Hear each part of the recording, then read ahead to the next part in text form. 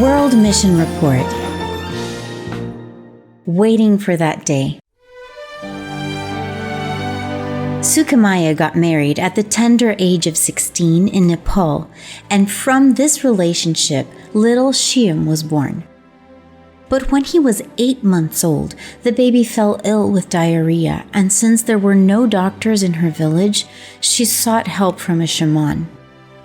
During the consultation with the spiritual leader, Sukamaya's baby worsened and eventually passed away. The shock was so great that she fainted, and she was devastated, and her husband sank into alcoholism. Time passed, and the couple had another baby, a daughter this time, who they also named Shyam.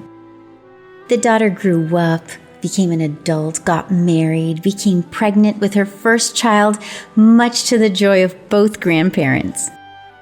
However, tragedy occurred once again. Shyam faced serious complications in her pregnancy and passed away.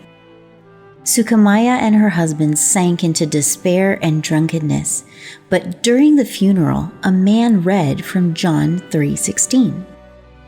That man was an Adventist pastor who read them also Luke 8:52.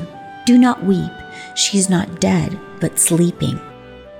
Sukamaya felt strangely comforted. Could her daughter Shyam be just sleeping? Several days later, she asked the pastor to explain the verse, and he began to study the Bible with her.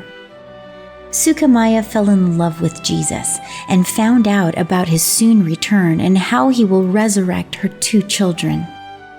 Today, Sukamaya is a faithful Adventist and believes in the hope of living again with her children, this time in heaven.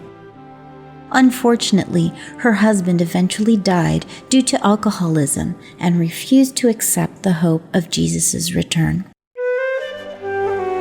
Sukamaya now lives alone at home, but she knows that she is not truly alone. She says she lives with Jesus. Part of the offering this quarter will establish an Adventist school in Nepal. Let's give generously.